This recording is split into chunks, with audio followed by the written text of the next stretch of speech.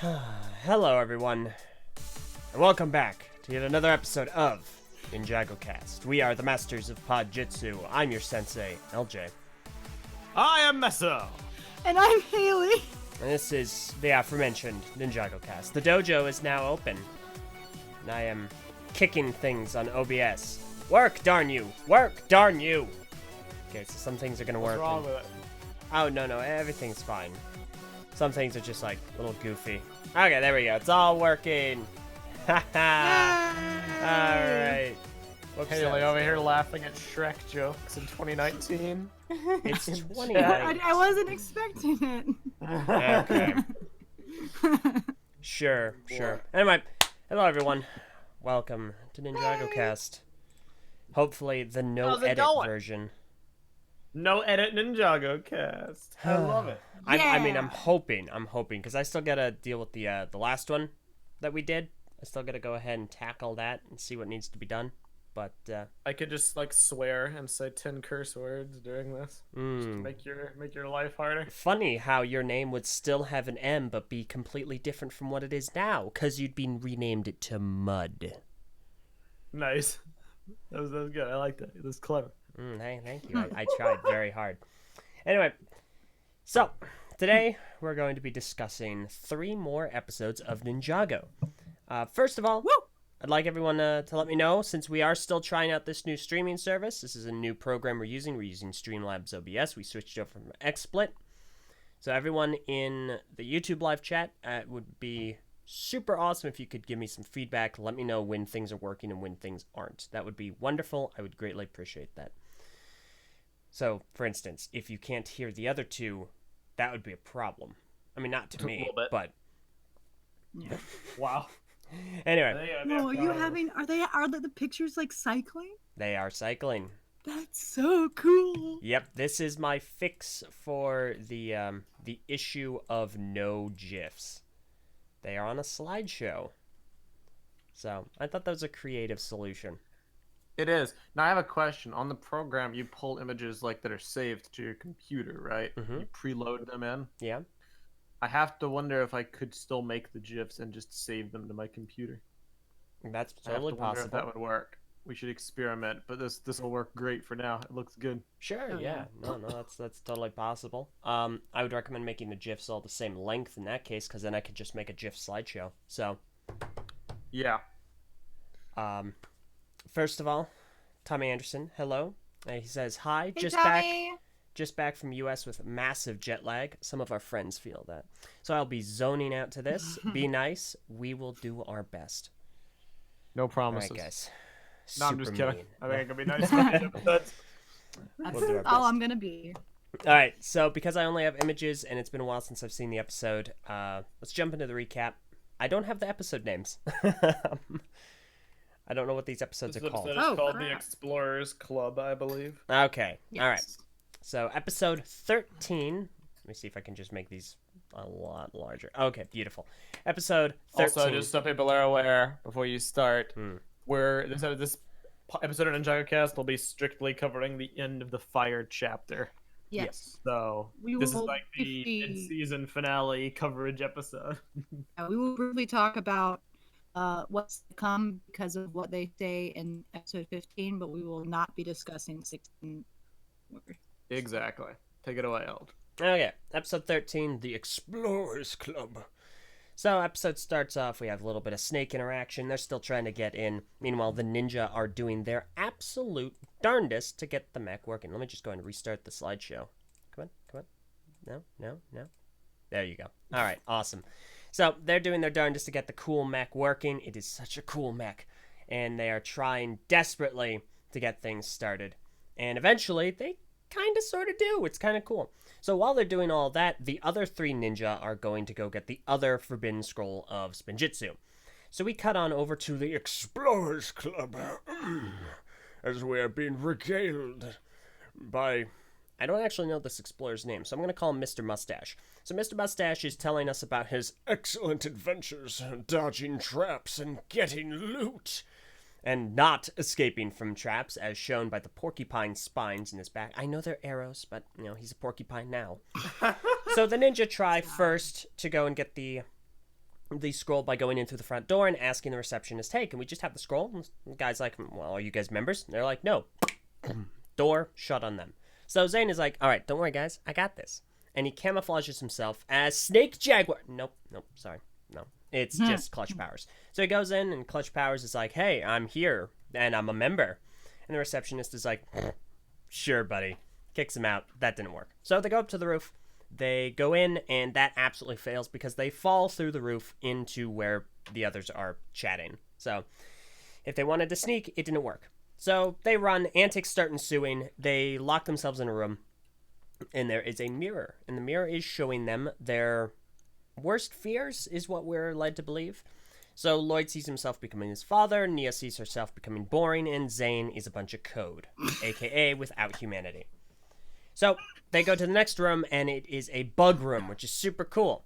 Unfortunately, it's not super cool because they start breaking things, and it becomes a scene with Nicolas Cage. Bees! Not the bees! And then the explorers come in and they're like, halt! You scallywags! Nope, those are pirates. Bees! Not the bees! So they go in the next room, they find the scroll, they bounce. End of episode. I think my favorite thing about this episode is that Nia's greatest fear is being in the Lego Ninjago movie. Which, I mean, relatable.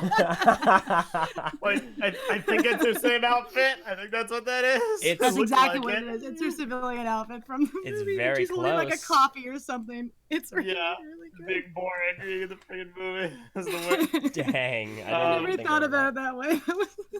Yeah, it's fun. Oh, that mirror is just so interesting. Well, I need to get to that later. This was such a funny episode. It was my fun. gosh. Just was the comedy with like the elder people, just the way they talk, the way that they like it, just so. And Cecil, which is the guy that with the glasses who was talking to the ninja mostly, he is so funny. Oh, the receptionist guy?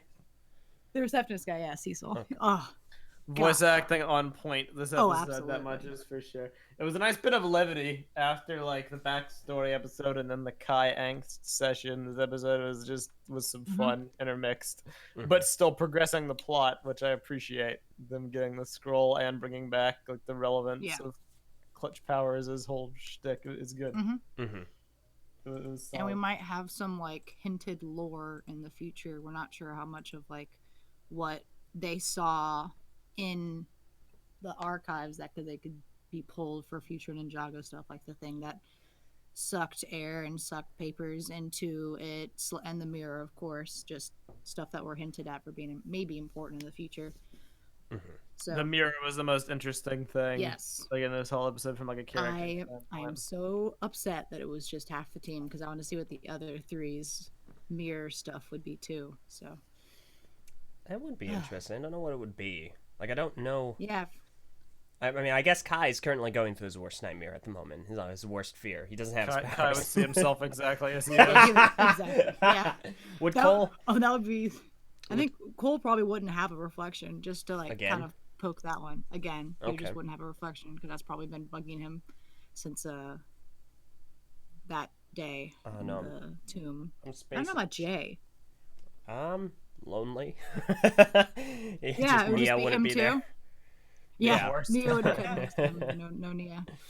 Yeah, or he would see like Nauticon behind him or something like that. Yeah. So something like that. So It was really good. It was some introspection, even though like the three that were here was pretty obvious, I guess. Like there's Lloyd fears becoming evil or becoming his father. Nia fears having no importance, regular person. Zane fears losing his humanity. it's Which is how very I interesting with interpreted that. Lloyd because the first time we met Lloyd in this series, what did he want to become? His dad. His dad. And now it's his greatest fear. It's so cool. That is Yep. some good character The progression. character progression is very on point. Oh yeah. Zane and Nia's did surprise me a little bit. I didn't actually consider that either of theirs. I mean, Zane's makes sense, but we also don't often get insight into his whole robotness. So, Yeah. but it makes a Like, lot we of don't- sense. We sort of see his humanity, but at the same time we don't. We kind of forget that he's more than just a robot. We don't know really why. we don't know if it's like his elemental ability or if there's something else that we don't know about his backstory. But him being or having fear that he's not more than just a robot is really, really cool. That hopefully will be explored. I really appreciate the amount of like of the introspection we get even at this point in the show. Mm-hmm. I always like when people take deep dives into their psyche, and I'm hoping we get more of that. Yeah. It was so unexpected too. It was so cool. You were talking a few days ago about like maybe one day they could have a thing where the ninja get to all confront their greatest fears. Yeah, where they personalized. it's like what was the episode where they had to face their fears? It was Yang's Haunted Temple where they sort of did it, but like not really. I know next season is sort of like focused on games and stuff that what we think so far. Yeah. So we don't know Yang's, how they could evolve, but Yang's building Yang's was more phobia yeah, related. it was more haunting.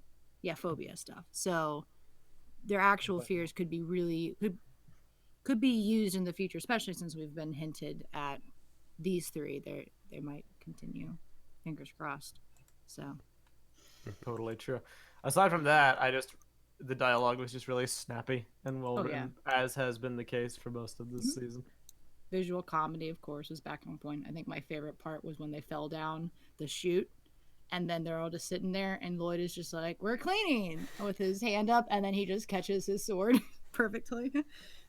So good. I love that they tried all these outlandish plans and then in the end actually were ninja and snuck in and infiltrated only for it not to work. Yeah. Easily my favorite joke in this is when that one guy, Mr. Mustache, is going through things. It's like, and here I am fleeing from the inescapable traps. Oh my, how did you ever get away? I didn't. They're inescapable. And he just has backful of arrows. Comedy gold. One thing that was one thing that was a tad perplexing was the zombie arm that they ran into. Yeah. It was a normal hand. It wasn't a Lego hand. It was just a normal. You're right. It was a human hand. That seemed I didn't think about that perplexed me a smidge. One of the 16 realms is Earth. Oh no. Oh no. Oh no.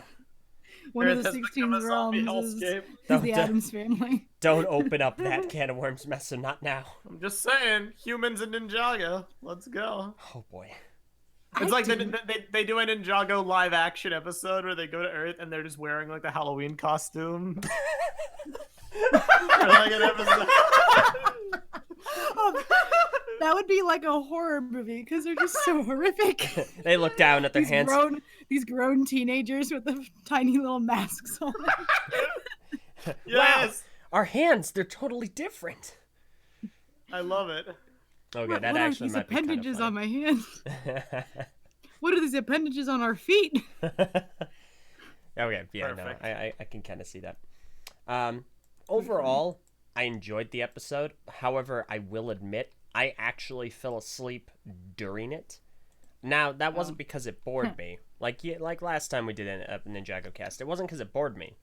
It's just because at the time I was just at my coat strings and exhausted, so I ended up just falling asleep in my chair. And so the only two portions of the episode I ended up seeing were up until they're inescapable, and then we got the scroll. We're on our way there. That was it. Everything in between was nothing, and I didn't lose any context. I didn't. Wow.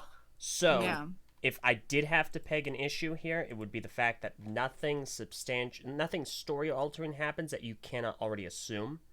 But at the same time, it still rewards you for watching it because it's chock full of a lot of funny things and it has the character introspection. So it's still good. Yeah. That is true. Sorry. It was probably the closest to a filler episode this season that doesn't involve other people, like the news episode or the Nelson episode. Yeah. This one was the ninja, and it was the closest. It's like the Mega Weapon episodes where like something happens, they don't really move much forward in the episode, but a lot of stuff does happen. Yeah. So I liked it. Yeah. I hope I don't know if we're ever going to go back to the Explorer house. I doubt it. But to be honest, the mirror stuff, hopefully, fingers crossed, could be brought back. Maybe Clutch Powers will come back. Who knows? I hope we're not done with Clutch Powers. The guy's I mean, hilarious. there was a time that you thought he was only going to be in one episode, and he's dramatically Yeah, his done more than character sold well. it was not what was I expecting. How dare It's you? So good. What? I mean, that phrase has connotation. yeah.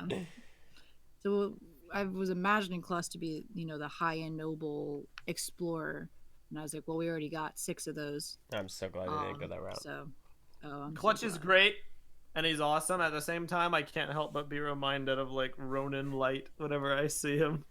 I feel Like they're not the same character, but they have a similar role. Yeah. Well, Ronin is a lot more of a a Ronin for starters. Yeah. But like he's a lot more of a. Oh gosh, there's like that chart, like chaotic good, chaotic neutral, so on and so forth. He falls a little under, like lawful evil or chaotic good, one of those two. That's quite Ronin, true. but very different characters, similar roles. Yeah. Yeah. So I would I want to start a petition to get Ronin back in the show. I'm very upset. Like, when was the last time he was around? Hands of Time. No. Well, I mean, are you like, counting? I know he was in are you Hunted, counting? but I want dialogue scenes. What's Dialogue it? scene. He was in Hunted with dialogue scenes, and near the end. Not in Hunted with dialogue. Yeah, he was. He was No, in he the wasn't. prison at the very end when they were all in prison when the ninja came back. They all were in prison. I think Misako was in the same cage as Ronin, and he got to say a few words to her. At the end, but I have massive raised eyebrows. I gotta go figure you it out. Wow, Look at this. Yep, massive raised it's eyebrows. like you You said, look it's surprised. It was very forgettable. I will admit that. The last time he had a major role was when he broke his leg in Hands of Time. Well, Either way, I want think Ronin back. completely, yeah. So I didn't realize Ronin was an actor. You know, he went up on stage and was Ah. told to break. Funny. All right, I got the next. Test LJ. Hmm? Who broke Ronin's leg in Hands of Time? Do you remember? The laws of nature, the laws of physics. No, it was a person. Accidentally. Okay, listen. I was rewatching. I was rewatching all of Ninjago. I got to episode 2 of Hands of Time, and that's where I dropped off. So I couldn't. You're right. Remember? Ronin says, "Well, I'll be," and that's it. Yep. But he said something. And Hands of Time, Dareth. As a wise LJ Ronin's once leg. said, that really steams my broccoli. Oh wait, he says one more thing. He jumps out to help Karloff fight, and he's like, "You ain't got the Venge Stone to protect you now." Nice. Bring Ronin back, Tommy. If you're listening, and I know you're listening, bring Ronin back. Massa, Carry on. your appeal to the crowd can only get you so far, buddy. I still think It'll get me as far as I possibly can. There was there's a wonderful thing on Twitter that was asking to have Ronin, Dareth, and Clutch Powers all on the same team and interacting, and I think that would be beautiful. That would be honestly the best little spin-off episode, if not spin-off show. I would watch it. Their characters would be, those characters together would just have some of the best dynamics, just based off of who they are already. The idea was that they would go and like explore pyramids to maybe help Clutch get his membership back. But I mean, so it's just Clutch is a really smart character, and we'll probably discuss him more in depth. Still need to watch the movie again. Yes, still need to rewatch the movie. So. Let's all right, are we done with this episode? We're done with this episode. We're gonna go and move on all to the right. next episode. Blop. Nope. There you go. And all right, next slideshow. So next episode 14. Vengeance is mine. I guess it is. So the episode starts off. Snakes have not broken in yet. They are squabbling as they tend to do. Meanwhile, the ninja and Pixel and Wu, they are still working to get the robot rocking and rolling. The other ninja are saying, "Hey, we got the thing. We're on our way." The other ninja are like, "We're on our way," and they get in the helicopter, and Lloyd touches the scroll and he's like, ooh, my hair is green. But he's told not to, so they drop it and he doesn't bother with it for the rest of the trip. So back in the base, the snakes finally break in. They're marching in. They're like, cozy place. Find the ninja. They're looking around. They don't see hide nor hair of them. Gosh dang, I can't talk with headphones on. They don't see him absolutely nowhere. And that's exactly what they wanted them to think. Boom! Ambush! The robot, the super freaking cool robot, jumps up. It's super awesome. And it gets immediately disabled. One arm, gone. So the stakes are moving in on the robot. Its small screen time is coming to a close. When all of a sudden the ninja arrive on land bounty. Like, how's it going, guys? Lloyd has the scroll. He fights a Sphera. Is that it? Yeah. Nailed it. Yeah. Thank you.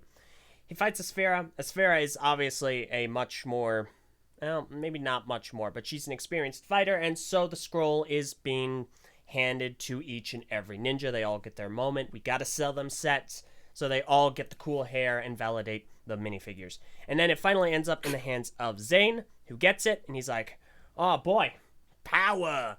He freezes freaking everything. There's still a cool fight scene going on. It is actually really cool. When all of a sudden a Sphera is like, ha! Nope! Sends the robot away and then hits Zane. She was going to hit somebody else first, but Zane is like, no! He's gone. So, a little bit later, Sphera is captured. She's in the same place that Garmadon was a couple of seasons ago. Wu was talking to her, and she's like, you're never going to see him again. Sorry! And makes note of the fact that they're in the exact same, or they're in opposite positions as opposed to where they started, referencing back to the flashback when Wu was the great deceiver. And so she says they'll never see him again, and then we cut to the snowy realm where the mech is, and we see footsteps in the snow, and that's the end of the episode. Woo! Okay. All right. This episode was pretty epic, not gonna lie. It was. Not gonna lie at all. Wait, Yeah, stop lying. That was there a butt coming? I mean, it's one of those episodes where you sort of see it coming, and then when it ends, you're like, well, okay. What do you mean? All right. Well, number one, Zane is sacrificial lamb again. I guess we probably saw this coming, based off of his flashbacks. Yeah. And we are immediately told that he, where he is, what's going on, and stuff like that. I feel like maybe that scene could have waited till next episode. But other than that, the fight scene was awesome. This is the one I keep saying, like, they keep getting better every episode. I think like this is the best one so far. Oh yeah. In my opinion. The Each trade-offs, the clash but of Nia, Spinjitzu. Everybody but Neo. And I don't know why Nia wasn't. Well, Kai grabbed it. He was able to get it, but he couldn't do anything with it. Nia didn't even get a chance to grab it. I find it interesting that Kai... Did Kai light up? Did he have like the No. fire? No? No. Okay. It's been a while since I've Not seen at it. That surprises me because I was under the assumption that this was just a Spinjitzu augmenter, but not necessarily an elemental augment. I think what was very can- interesting back in the episode where it was the flashback episode, Wu said that this helped, or it felt like they reached their true potential instantly, and I think that's what this scroll helps them do. I think to use it, you have to have both an element and a control over Spinjitzu. Yeah. That's what I've gathered so far. Because like Pixel can't use it. She doesn't go crazy. She's just a robot. Yeah. Wu and Garmadon were able to do it because they have creation and destruction. I think that was established at some point. Mm-hmm. And the ninja can use it. But if Yeah. Kai doesn't have his firepower, he can't use it. Yeah. Makes me curious. But presumably, you gotta wonder, could Kai can still do Spinjitzu? Yeah, exactly. Like, presumably. Can he? I mean, Because do you it's need... not tied to elements. Yeah, because you shouldn't need an element to use Spinjitzu, right? I mean, we've seen Misako doing Yeah, Spinjitzu Misako in the can do past, it. and I don't think it's been Yeah. confirmed she has a power. We've seen oh my gosh, what's his name? I don't know. You tell me. Doubloon. We've seen Doubloon do it. I don't remember Yeah. how that is. Pirate That's guy. a pirate. Pirate with Oh, a yeah, no, two-faced that's right. pirate. Okay. Actually, yeah, I don't know why are we even saying this. A sphere can do it. Yeah, well, that's what I was gonna say. Yeah, I and a sphere can do it too. So yeah, Kai should totally still be able to, and yet his hair doesn't light up, which probably means it needs the elemental energy. And I think Pixel can do Spinjitzu too, and her eyes lit up, and not her. Yeah, no, her eyes. She so. did have it at well, that was probably next episode, I think. But whenever she has it, her eyes do light up, but she doesn't have like the sweet Anime hair. Yeah. Anime hair. So. No, I mean like the back to the fight choreography. This was peak. It had everything. It had hand to hand. It had the fluidity of motion. It had the ninja going back and forth, which I love. It had Spinjitzu clash. Zane just wrecking with crazy elemental overflow power. Yeah, that's interesting because none of the other ninja that we've seen so far had the ability to do that much damage with their elemental ability, and then Zane gets it, and the first thing he does is he basically turns the entire cave into like literally an icicle. Real quick, we're idiots. Sakota in the YouTube live chat mentions Asphira has Kai's power. No, but I mean in the flashback. Well, she could do Spinjitzu in the flashback, but I'm talking about the forbidden Spinjitzu. Like presumably. Well, yeah, she's more powerful now because she knows Spinjitzu and she has an elemental power. Right, but the only reason I ever brought up Asphira was to prove you can do Spinjitzu without having an element. Oh, okay. She did it in the flashback without having an element, ergo Kai can do it now. That was the only point. Kai can do Spinjitsu, but he couldn't do it with the thing and have like extra abilities. I think he used it to shoot fire at her, but nothing happened. So. Yeah. Okay, but at the very least, the forbidden Spinjitsu seems to be more of an elemental augment than Correct. It does a Spinjitsu. Okay, fair enough. Cool. Continue. No, it was just it was a whole brilliant scene. Mm-hmm. It was so good. Now, complaint wise, the mech is a complete joke. A complete joke. Hopefully, all that fingers build up. Crossed, it will be used later. I'm sure it will be used later. It stood up in all of its glory and then immediately shot down. 3 episodes of fixing that thing, and it got what? Maybe like optimistically 30 seconds. It got a pretty epic intro, and it that we saw in the trailer Asphira off, and yeah, I mean we've heard this in season 2. The bigger they are, the harder they fall, and did it fall hard? Oh yeah. So. I'm hoping it'll come back in the other realm. I'm sure it will. Yeah. But that was cool. The bulk of the episode, to be honest. We can talk about Zane, and I do agree. I think that it's a bit old how Zane keeps being the only one to ever have like crazy or potentially traumatic or death fake outs happen to him. Yeah. With the exception of Cole, of course. Just because he's the safe option. He's the robot. I'm hoping they're going to do some interesting stuff with him in the other realm, and I'm sure it will, considering the ice theme, to justify it being him to be sent over there. Yeah. It'll probably be super interesting. But... Because what they're doing with Zane over in the ice world, which we don't know yet, we have theories, but we don't know. That we're not going to talk about yet. That we're not going to talk about. It could have been anyone, which is really cool. Because it's not like he broke into pieces. He was just sent to another realm. It could have been any other ninja, so they had to carefully choose, probably elemental wise, which one could do it. And I guess it would make sense for Zane. Exactly. For Ice World and stuff. So. Plus, technically speaking, while Zane has had crazy stuff happen, it has been a long time since he's gotten focus of any kind. When you really think about it, was the last time he had a big role. Yeah, and even then, we all know how that went. The first half, yeah. It was only the first half, and it didn't culminate in anything. Yeah. So we don't need to go down that rabbit hole again. So it's about time he has something else to do. Mm-hmm. And then, of course, the very end, the end scene with Asphira, and she's back. She's back to looking how she used to. She seems a little sad. Kind of blue. A little blue. Ha ha ha ha ha ha. It was interesting. She doesn't have the fire anymore. Not that we can see. I would assume it has something to do with that. Per some information we learn later, I would assume it has to do something with the container she's in. Yeah. So either yeah, I would imagine that Kai has his powers back. That's the theory, but it could also be that whatever room she's in is also like keeping her powers, you know, It's probably a suppressant. a Now that suppressive. I Yeah. think about it. So, Mm-hmm. so Yeah, I and guess. Abby brings up a point that I was considering. Did Garmadon not use his powers when he was in that same sphere?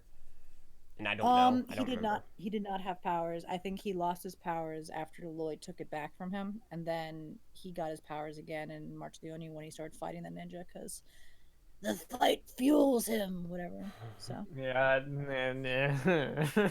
So. Let's not get into that. So. Yeah.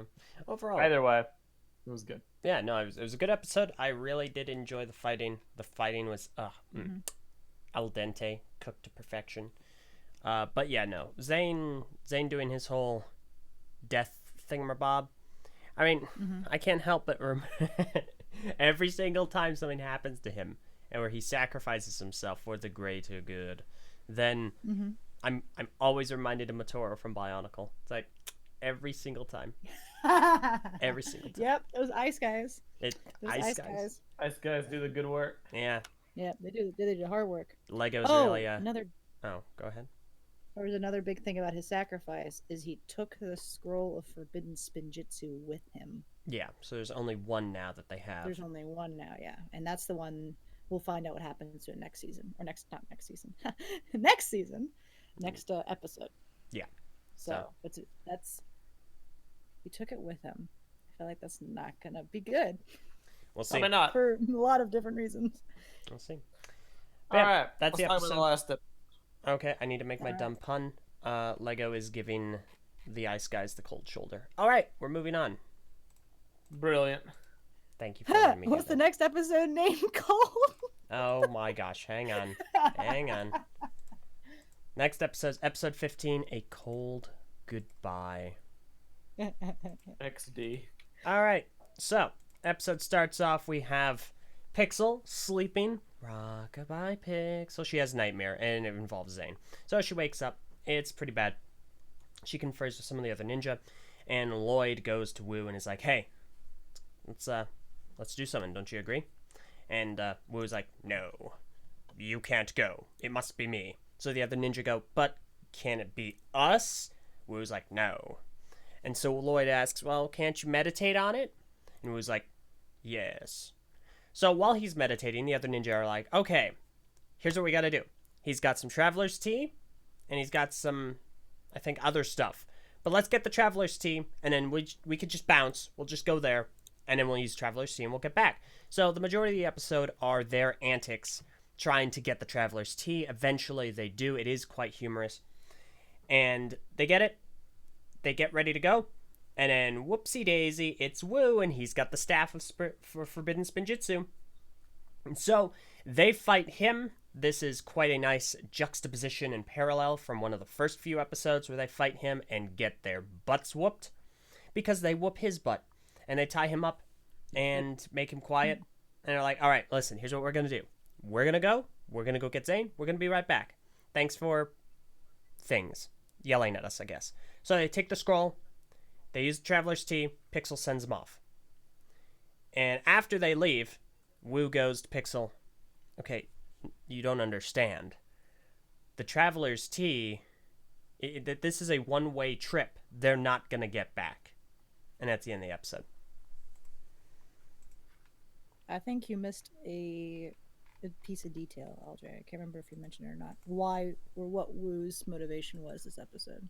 Well, that's what we're going to discuss. I keep in mind, I'm doing this off of images. So Fair. So the big thing with Wu this episode was that he wanted to do it just himself. He wanted to be the only one to go over there. And we don't know why until the end, and we realize that it was a sacrifice play.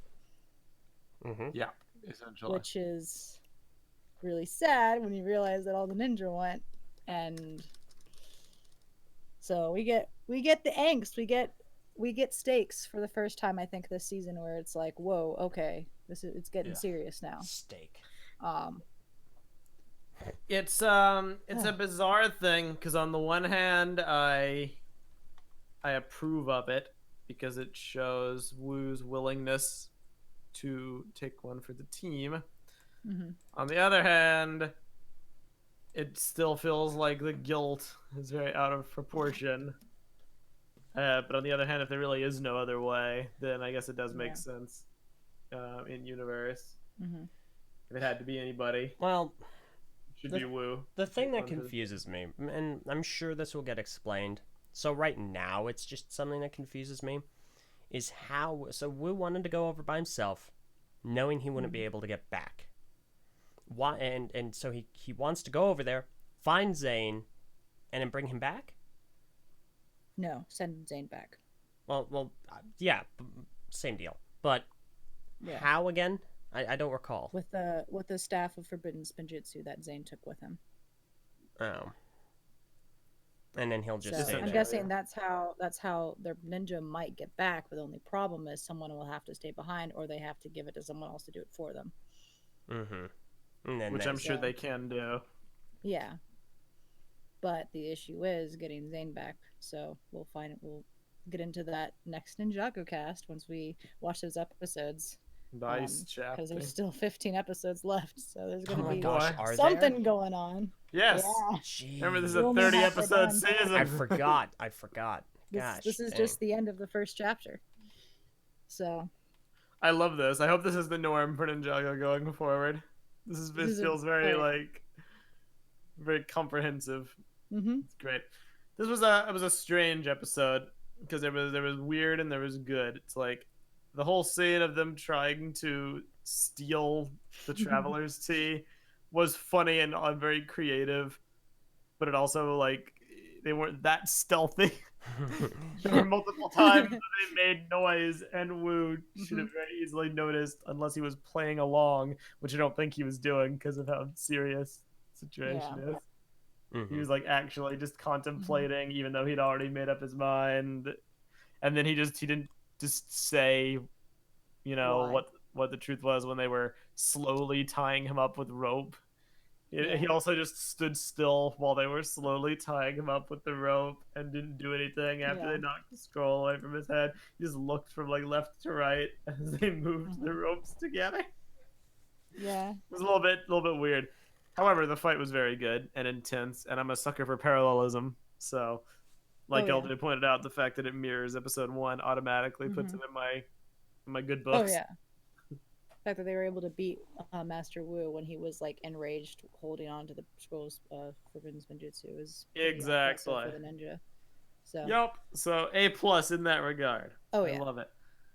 And I suppose, yeah, from a character perspective, it does make sense for Wu to want to sacrifice himself, because I keep thinking that the guilt is just very extreme, but considering the limitations of what they have, if anybody was to do it, it makes sense that it would be Wu. Yeah. If you have to sacrifice somebody, of course he would want to do it. Mm-hmm. And wouldn't want to tell them either, because he would just say, "I'm just gonna go get Zane back," and then just do it. Exactly. Not tell them. Because if he tells them, "Hey, I'm not going to come back," they're of course not going to let him do it. They're going to try to figure out a better plan. Mm-hmm. But Here's a discussion topic, unrelated. Mm. Why can Pixel dream? yeah, that's a big thing. Because Zane can dream. He was dreaming like in like episode 4 of Ninjago, so it's been pretty established that he can dream. Pixel, however, unless Pixel still has a piece of Zane in him, I see no reason why Pixel should have the ability to dream. Or honestly, I would be fine if she was sitting in bed thinking about the last events that she had seen, but then she had like the thing with holding on to Zane's hands, and I don't know about that part. It seems like there's something about Pixel and Zane as ninjoids that we still don't really know. We still don't really understand. Like, The future sight is evidence For- of that. for someone like me, a Bionicle fan, coming at this is all very reminiscent of Bionicle stuff, like Mator and Toa Taraga, so on and so forth. Mator and Universe inhabitants could dream. And we know Vakama had visions. So, to me, this all seems fine. It's all okay. No, I'm used to all this. This is cool. Yeah. But it is something that isn't delved into right now, but it Yeah. might be. Yeah. I don't mind the thing- dreams nearly as much as the future sight, because you could hand wave it and just be like their AI is super advanced, Mm-hmm. and that would allow them to act and think like real Yeah. people and have a subconscious mind. Mhm. But the future sight bugs me, and Yes. I'm hoping there will Zane- be an explanation for it. Yeah. Zane has had this ability since the beginning of Ninjago. He's had either the Sixth Sense or the seeing the Green Ninja before anyone else and stuff like that. I remember Tommy even asking on Twitter, it was like, this whole thing with Zane being able from the future, is everyone okay with this? Yada yada yada. And we're like, we're okay with it. It was just like an explanation. I would So- like it to be a part of the story and Yeah. have a reason. The inverse thing that I found as a connection was back in the tomb when they were surrounded by the ice, they could see a reflection of their future self in the ice. And Zane is the master of ice. I don't know if there's a connection with that. Where like maybe ice masters have that ability because of Ninjago stuff. That ice is just like a thing. But that's just a weird connection that I It's because saw. they can see the reflections of the future in In their the ice. Oh. So it was the tomb of the first Pinjutsu master, if you remember LJ. Yeah, I remember. Yeah. Okay. Yeah, that's where we So, got that- Jay with the eye patch and stuff. Yeah. That's the only like weird thing that I could, kind of help with the hand waving thing. I was like, ice can see future. Comment from But- Tommy in the chat. Pix and Z have both been rebuilt. The In Don't Dream is from season 2. They are next level tech. Okay. So yeah, that's the explanation they're giving. advanced It's like AI. For they're just advanced. They can dream. I can Cool. buy that. Again, Yeah. it's very I'm cool with that. Bionicle-esque. Yeah. It's 'Cause it mean, that it's future sight. fantasy robots. So I mean, yeah, no, Yee. as far as I'm concerned, that's perfectly fine. Because like I've already encountered something like that, and it was like, yep, makes sense to me, works. I don't really have that much of an issue with the future sight. It doesn't bother me. It's the kind of thing that would an explanation be neat? Sure. Is it also necessary? Also, no. I don't. It bothered me about Vakama. I always wanted to know why he could do it. I mean, We never that's the did. thing. It never really. I mean, from a narrative perspective, it's not that big of a deal. From the perspective of in-universe, especially with Vakama, the explanation we were given was it was a glitch. And you can go even further into that because keep in mind, he is the only person to have had any dealings with a mask that controls time. So I can forgive it. There are a variety of different theories that you can come up with and so on. With Zane, So. I'm also not pining for an explanation because some things are just fine to happen. Some characters can just have they can just have things, quirks to them. yeah. But To tie it to Cole. Cole has something that we don't know why. yeah, exactly. But at the same time, while that's a good point, I do want an explanation for that because it is something that did come out of An emotional response. It came out of what's the special name? Day of the Departed. Thank you. Came out of that, and then it entered the main show. And if Day of the Departed isn't required reading, required watching, then you're not going to understand why A, he's normal again, and B, he has the lava arms. So that is something I do see merit in getting an explanation for.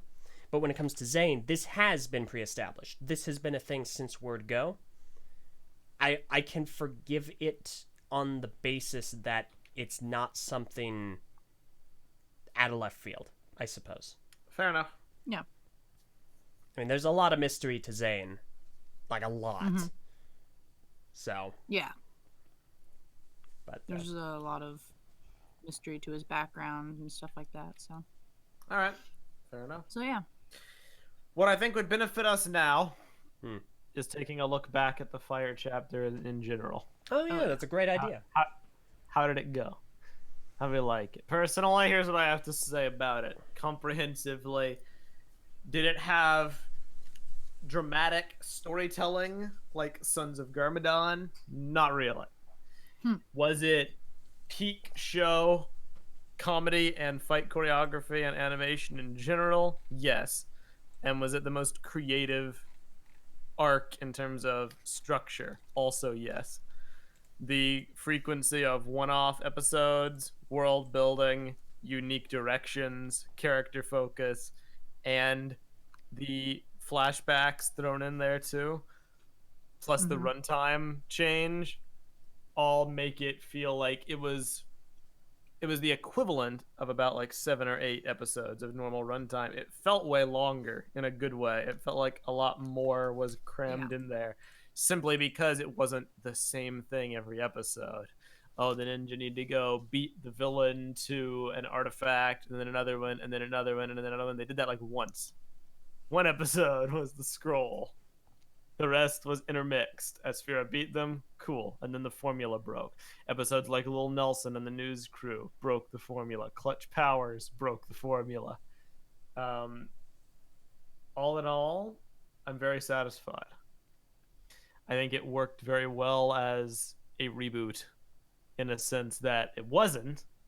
It had direct continuity, but it did every goal they wanted to do pretty much perfectly. It reset the status quo, allowed for some growth, a new threat that still tied into past lore, didn't really require you to know anything else, was similar to the Serpentine, but Asphira was different enough. She didn't feel like a retread of the old Serpentine.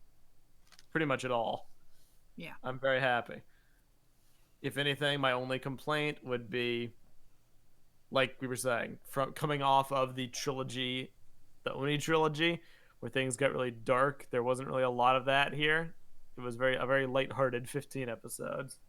Yeah. And the elements that were dark and introspective, like Wu's guilt and Kai's loss, didn't really work that well. They were pretty much the only things I didn't like was that episode. Yeah. But everything else was great. Haley. I think this season was a really good use of filler, because a lot of, if you really look at the season, a lot of it is filler, but it's the best type of filler. It's the fun filler. It's stuff where you want stuff to happen, where you want little Nelson to come back, and you want to see like the News Crew, where all those episodes aren't really needed, but oh my goodness, it's the most fun we've ever had with Ninjago. Just seeing, like you said, the world building, like all these characters, and it's not just the ninja anymore. It's much more than that. And then in episodes where it's continuing the plot, they do it also pretty fantastically with amazing fight choreography. The dialogue of the ninja are like the best we've seen when it comes to comedy and it comes to like characterization and stuff like that. Sure, some of the ninja have been kind of messed with a little bit since the last episode, but it's a really good, like the season started off so strongly and it just kept that almost all the way through. It kind of faltered in a few spots, like you said, with the Kai and Wu thing, but Very it few ended, spots. yeah, very few, but just it was continuously funny, it was continuously quippy, and it kept throwing surprises at us that we weren't expecting. And I think that for this season was exactly what we needed after like the serious tone of the past 3 seasons. It was just so refreshing and so enjoyable, and it gave us, like I said, little Nelson coming back, having little Wu have a full episode, the News Crew having an episode, we got to see the Explorers Club. Like, it was just so inventive and so nice. And we're probably going to go into more like old-fashioned Ninjago past seasons with the new chapter that we're going to go into, but this was just so wonderful. Yeah. So So I love the fire I chapter. grade it multiple ways, like writing, comedy, animation, and like this season may not have my favorite writing. I think the Oni trilogy still does, Sons of Garmadon, but like the other 2 out of 3, I gotta hand it to season 11. So if you want to look at pure majority, this is up there in my top 3 Oh yeah. so far. Elge, what about you? So I've been giving this a lot of thought, and I said closer to the beginning of us covering these episodes this season, I said this has the potential to be the best season yet. I still stand by that. I want to let it finish before I 100% subscribe to that. I still think it has one of the best starts. So as far as a reboot is concerned, or at least a soft reboot, I'm not sure how well it works. It works. My reason for saying that is because I'm trying to think about how I would react if I didn't know the characters already. If I wasn't already familiar with the show, if I wasn't familiar with the last few seasons. If I were looking at this right now, I don't know if I would have a firm grasp on the characters quite as well, specifically from the fact that they aren't really introduced. Like, you don't... Maybe this is just an archaic way of looking at it, but if you think about it, their first introduction in episode 1 is very... I don't know the right word for it, but when they're introduced, you have to really try and get a hold of who is who, name-wise. Like, oh, this one's Zane, this one's Nia, this one's Kai. Maybe that's just, again, an archaic way of thinking where I'm expecting, oh, like in that fight sequence at the beginning. I don't even remember if this happened, but Wu going, Kai, Master of Fire, and then pointing out some flaw of his and just... No, I don't think they ever did. Bopping them away. No. Like, that's what I would have come to expect from something that is trying to introduce new people to it. So if I were trying to show this to someone that wasn't familiar with the show, I feel like I would spend a little bit of time explaining, all right, so this is Kai. He's the Master of Fire. This is Zane. He's the Master of Ice. He's also a robot. This is Cole. He was a ghost at one point. But that's just me. That's not really a slight against the show from my perspective. That's just I don't know how well this works as a soft reboot from that angle. Otherwise, however, if you do know the characters, if you're at least somewhat familiar with them, this is freaking awesome. I think that this is one of the most creative seasons they've had, period. I think that the animation is best it's ever been. I don't think it has been better. I think that the choreography is the best it's ever been. However, I can also see how it might get a little stale if not kind of spun up every now and then, because it does rely on, the sharp sweeping camera angles, the little tilts, very abrupt hits.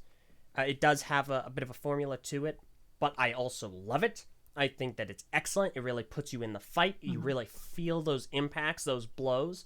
I think that it's the most organic of all the choreography that we had thus far. I really love it. I think that's absolutely excellent. I'm not tired of it. I think that the comedy is also some of the best it's ever been. I can see how it's not for everyone. There is a lot of filler. However, I like that the show gives you the option to watch it. A filler, I don't use filler in a derogatory sense. It's good. It gets you from one episode to the other.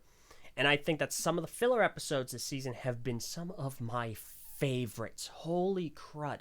Agreed. Even when the filler isn't some of my favorite, or one of my favorites, you don't need to worry about it. It's still good. It rewards you for watching it, but it also doesn't mandate that you have to. Like the slideshow that's on right now, when they go get the scroll, the other hidden scroll. Take it from LJ, who slept the whole time. You don't need to watch it, but it will reward you for watching it. Exactly.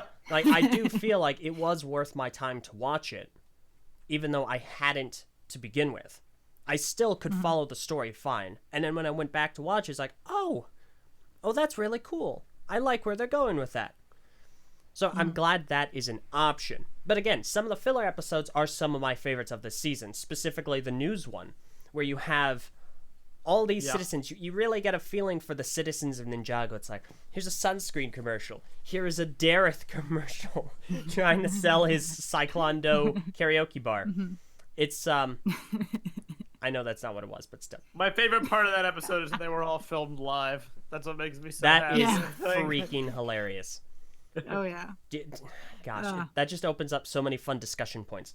But it's just, the thing that I have been saying throughout these reviews has been, these are fun. I'm having fun. The show is fun to follow. I'm enjoying myself watching them.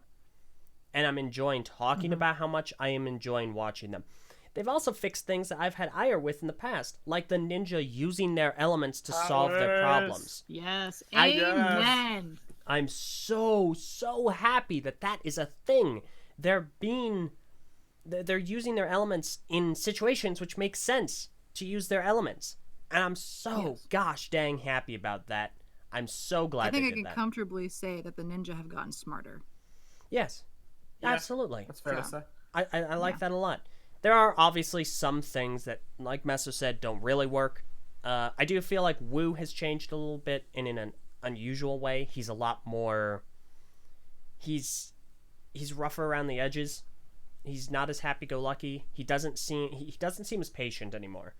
And maybe there's going to be a reason for. I mean, we know he's a little impatient with the ninja kind of slacking after the Oni. Mm-hmm. That makes perfect sense, but he also still seems to be a bit sharp throughout the rest of the season. And sharp as in prickly. And so that is a smidge jarring to me, but it's also not a huge issue. The whole thing with Kai also seems unusual.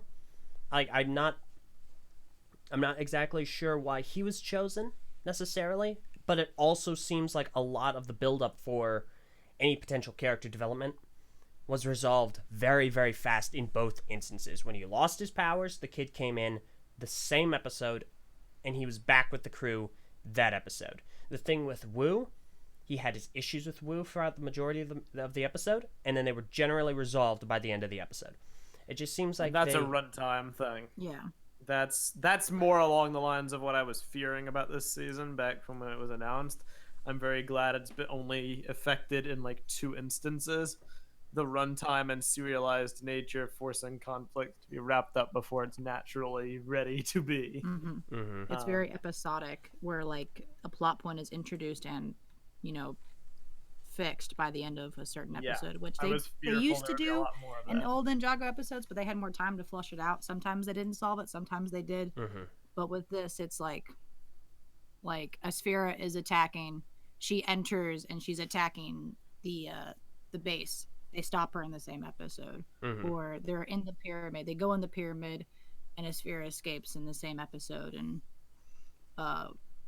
stuff like that, where they don't really flush things out. But at the same time, it's been 15 episodes, and I feel like while a lot has happened, maybe not a lot has happened, which is really weird to think about. That it's like not much has really happened in the 15 episodes for Ninjago, but at the same time, we've seen so many angles of what's going on that I feel like we've seen a lot. I think that Forbidden Spin Jutsu's introduction is big enough to cite like a major world change. The fact that this is out and about, like, I'm gonna put it like this: so long as somebody gets corrupted from the Forbidden Spin Jutsu, it'll have a payoff, because they've been teasing that with Lloyd and with Pixel, saying she felt weird while using it.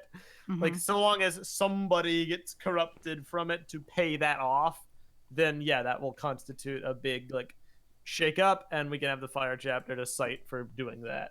You don't see me, but I'm winking a lot right now. Yes. Is there something wrong with your eye? Do you have something in your eye? You should probably. I'm not blind. Oh my god. But yeah, the callback. No, I think we haven't even talked about Asphira. Honestly, there was a lot in the run up to this season.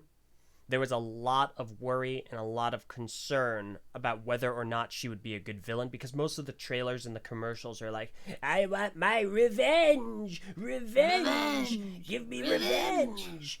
The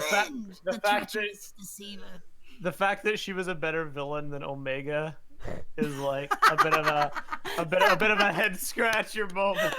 Like, well done, Asphira. Well done. I did not. Go ahead. I was gonna say she also could be teetering to become a better villain than the Hands of Time. Yeah, and half the time she was a better villain. But she was really, and what I loved most about Asphira was her animation and her design.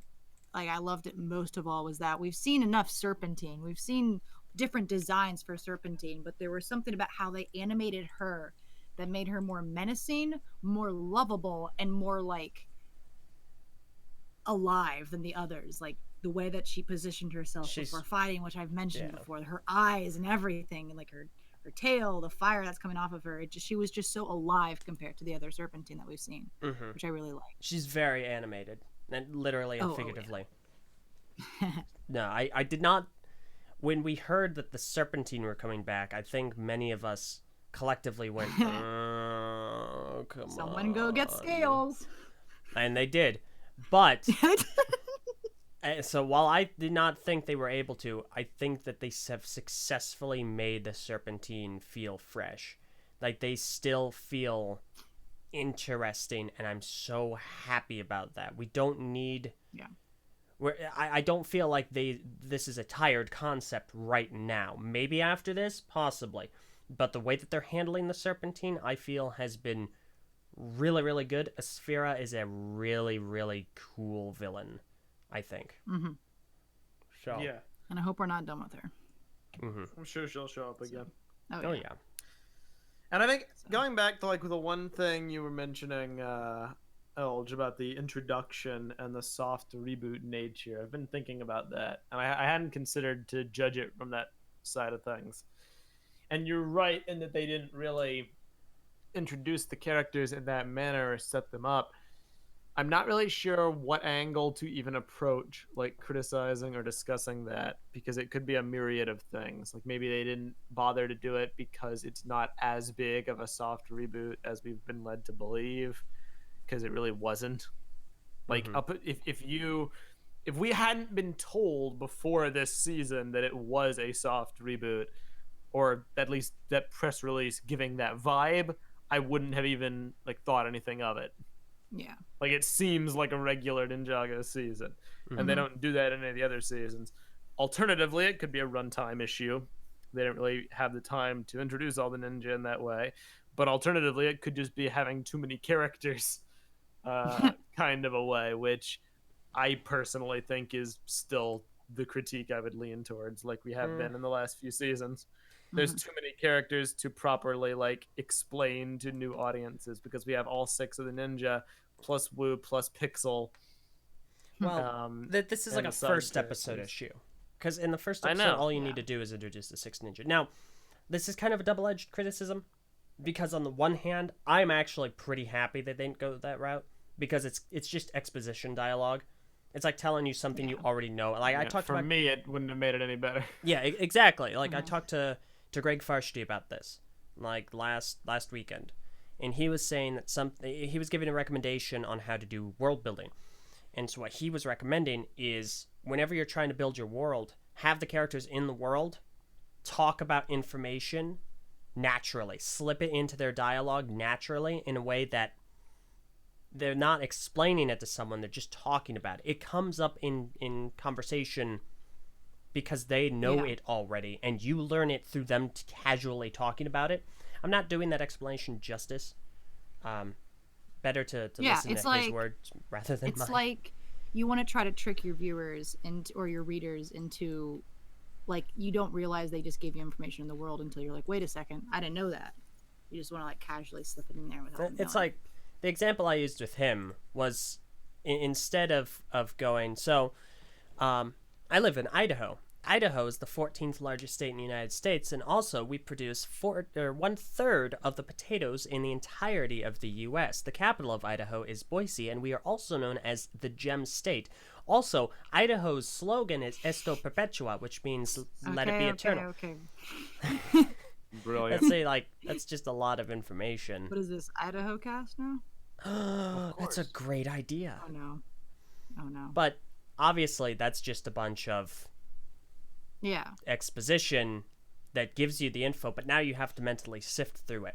So on the one hand, I am glad that they did not go that route, because it would, for me, just be recounting info that I already know. But from the perspective of a new one, I don't know. I just don't know. So that's Tommy the thing. remarks in chat, we decided to do it visually in the fight with Wu rather than calling it in dialogue. Which, again, I think that works perfectly fine. I think that's good. That is true. Every single ninja had a moment where they stood off against Wu and they used their powers against him. So powers, yeah, it's yeah. more of a character thing. But Yeah, well, the character thing you can catch yeah. through dialogue, and they were very animated in the first episode with Yeah. like kind of who they are with the hot tub and all that stuff. Yeah. But we caught their powers like one off when they do it Yeah. with Blue. So, and then again, kind of March the of the same Oni. in the hot tub though. They were very kickback and casual in the hot tub. Yeah. Kick back. And like I said, like yeah. Oh, go ahead. Reboot wise, March of the Oni also just came out, so it's not like it's been a while since Ninjago content has been, aired. So it's like, oh man, I haven't seen Ninjago in a while. I completely forget who the red one is. It's like, it's weird. It feels like a reboot, but at the same time, it's like, well, Ninjago, like it's like the second season this year. Again, if they hadn't done the lead in, I wouldn't think this season was weird at all. Because of the lead in, I have to look at it from that POV. But otherwise, like I think it was fine. I have no issues with how it was done. Yeah. I don't either. For me, I think it works out. I said that the first episode was one of the strongest openings. I still think that. I've obviously yet to be proven wrong there. So I enjoyed it. I think that the way they went about it is perfectly fine.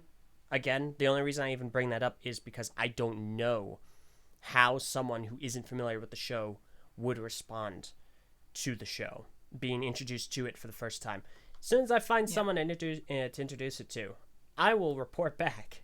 But show it to Fluff. At the end of the day, I think it's good. I think that this is a really great season. I have been thoroughly enjoying it, and I'm very excited to see what else is in store. Oh yeah, I think my biggest critique about the season so far was that it's too funny. Which is Guardian both syndrome. a good thing and a bad thing. Yeah, it's like when you remember that Ninjago has gone dark, especially in Sons of Garmadon, with like super dramatic scenes where it lacks comedy in every single way. It's like, wow, I forget Ninjago has done this when you watch something like this. But I think the Ice chapter, fingers crossed, will be able to deliver in that field, and we were just given like some good heart comedy and the fire. So I mean, that's like the one thing that I feel like is lacking, but it doesn't mean it's bad. My explanation for that, or my POV with that, is Sons of Garmadon set a standard for that kind of nuanced storytelling. The thing with Harumi, the darkness, they haven't been able to replicate it since. Not even in Hunted, not even in March of the Oni. They haven't hit that same note again. They've tried. The scene with Wu, all the stuff with Wu, the Wu character introspection in Hunted, Lloyd versus his dad, Cole's fake out death, the sacrifice at the end, Lloyd, not really a sacrifice, Lloyd's fake out death. They have hit emotional notes, but they haven't hit that same note as Sons of Garmadon, and I don't think they will again for a long time, if ever, because that trick, that like emotional betrayal, if they do it too soon, it's gonna feel stale. And how many more times can they have the ninjas like love interests betray them? Like what else can, and if they don't do that, I can't really think of what else they could do to hit such a personal note. The only thing I could think is something that Ninjago will never do, and that is if one of the main characters like actually dies or becomes evil and they have to be killed. Yeah. By one of the ninja, but they will never do that. Yeah. So I don't know. I think that we will return to emotional stuff, but there'll be a cap on it. I think we should, as a community, we should kind of try our best to not compare it to Harumi because it's an unfair bar. Yeah. I'm not saying it's not a critique. It is, but like, it's an unfair bar. Yes. I do. As much as I do miss that Ninjago and just like being completely blown away with the seriousness of the situation, and I've been hoping that Ninjago could maybe find itself to somehow pull that back out. I am still enjoying myself completely. Of course. And I can't say that if Ninjago has it. I mean, Ninjago has it. So Ninjago's great. Ninjago's great. It's got everything. It's got the funniest stuff. It's got the serious stuff. It's got the saddest stuff. Yeah. Which is, it still has emotional moments. Oh yeah. It still has stuff that cuts you. It's just like with Harumi, that was about as close as they could come to like going as mature as possible Mm-hmm. in a show like this. Yeah. I don't think they'll be go past that point. I don't know, Yeah, guys. Agree? I still Who knows? think that I need my evil character that's actually a dictator in an alternate reality be cut in half through an interdimensional portal. That did happen in written storytelling. I can totally see Ninjago going grimdark so long as it's in a story. But there's a limit to what they're going to show visually. Let us never forget that Jay accidentally stabbed Kai in the hand with a fork. Okay, but who hasn't done that? I mean, right? Right? What? Have you stabbed someone in the hand and so, with a fork uh, to the point where the fork you don't have to hold on to the fork and it's sticking out of the hand? so this has been the NinjagoCast. Yeah. Yeah, I'm Overall- talking about Ninjago. In closing, Fire Chapter, thank you, Braggy, Yes. all the additional writers who came on to do those like one-off episodes. I wish I had your names handy at the moment, but I don't. Thank you.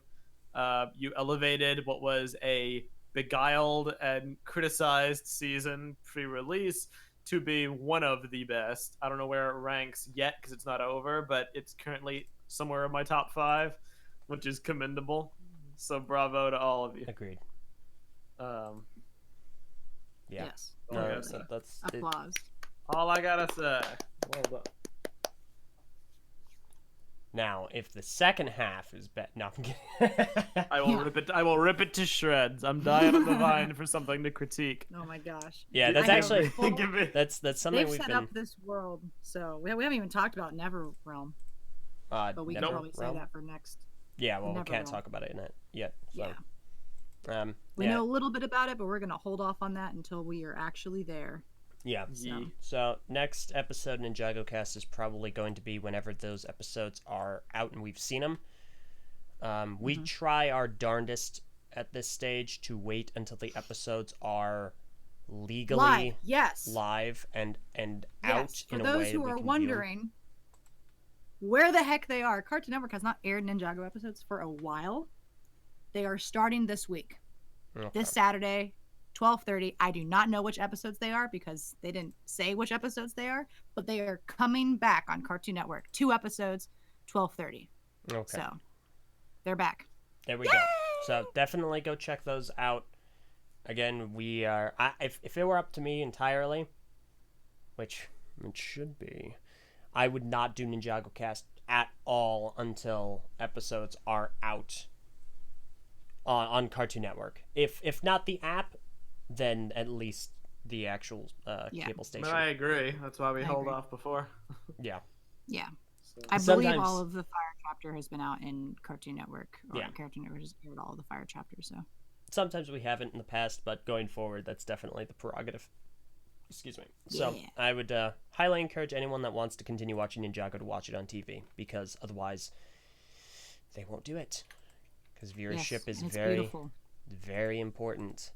Can we, and just to drive this point home and make everybody feel terrible who doesn't do that, and encourage them to do it, let's take a look at the ratings, Oh no. because I think that's important. Alright. So, the most recent episodes we have. Oh wait, it's actually going back up. Excellent. So, not by a lot, but it peaked lowness at 0.19 for the news episode, Lil Nelson's episode. 0.19 Dang. in million, I believe, but it's gone back up to 0.32 with the Explorers Club. Dipped a little Nice. bit to 0.27 with Vengeance is Mine, and then went back up to 0.29. So it's hovering, if not outright improving.